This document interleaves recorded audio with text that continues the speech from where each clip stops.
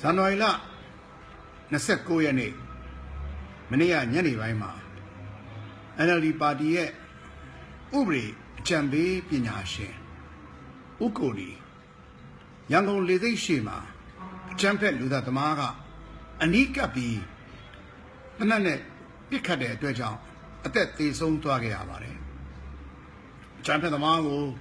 လိုက်လံဖမ်းဆီးရမှာလဲအငားရင်မောင်းသမားကိုနေဝင်းဟာတနက်ပြစ်ခံရပြီးအသက်ဆုံးရှုံးခဲ့ရပါတယ်ဒီသတင်းကိုကြားတဲ့အခါမှာလူတိုင်းလိုတုံလုံးခြောက်ချားမိသလိုကျွန်တော်လည်းအထူးပဲတုံလုံးခြောက်ချားမိပါတယ်ခင်ဗျာကွယ်လွန်သွားတဲ့ဥပဒေပညာရှင်ဦးကိုနီနဲ့အငားရင်မောင်းသမားကိုနေဝင်းတို့မိသားစုအတွက်လည်းလူသားချင်းစာနာချင်းထောက်ထားမှုများစွာနဲ့ဝမ်းနည်းကြေကွဲရပါတယ်ခင်ဗျာကျွန်တော်အသက်60ကျော်ပါပြီခင်ဗျာနှစ်ပေါင်း60အတွင်းမှာရန်ကုန်မြို့ရဲ့လူမြင်ကွင်းမှာလူတယောက်ကိုသွေးအေးနဲ့အနီးကပ်ပစ်တာကို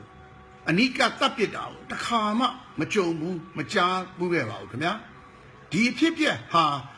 မြန်မာနိုင်ငံတနိုင်ငံလုံးမှာရှိတဲ့ကျွန်တော်တို့မြန်မာနိုင်ငံပြည်သူပြည်သားတွေရဲ့အသက်စည်းစိမ်ကိုကျွန်တော်တို့ချိန်ချောက်လာတယ်လို့ကျွန်တော်ကတော့ခံစားမိပါတယ်ခင်ဗျာရိုးရိုးအသက်ခံရတာမဟုတ်ဘဲနဲ့ဒီလူသားသမားဟာကျေးဇူးလူသားသမားတယောက်ဖြစ်တယ်လို့ကျွန်တော်ကတော့တွက်ဆမိပါတယ်။ဒါကြောင့်တွက်ဆမိတာလေ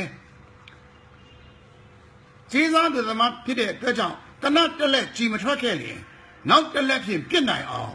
တနတ်တက်လက်အပိုယူဆောင်လာတာကိုကျွန်တော်တို့တွေ့ရပါတယ်။အနီးကပြစ်တဲ့အခါမှာ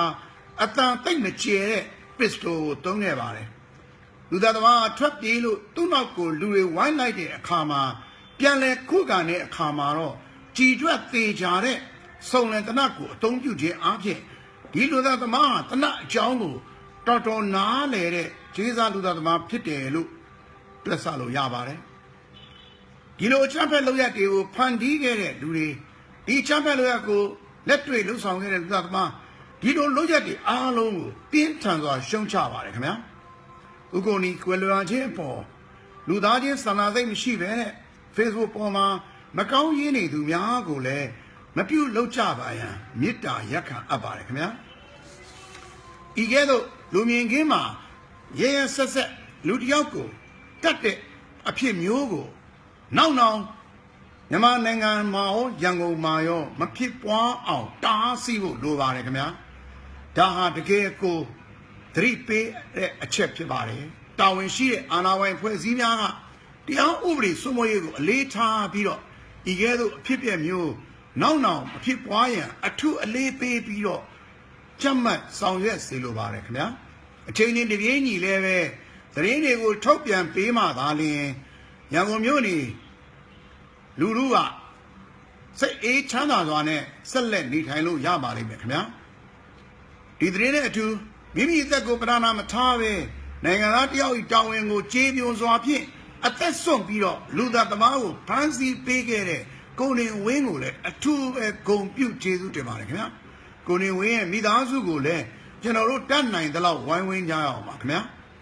ဥပဒေပညာရှင်ဥက္ကိုနေနဲ့အငားရင်မောင်သမားကိုနေဝင်းကောင်းရာသူဂတိလားပါစေခင်ဗျာ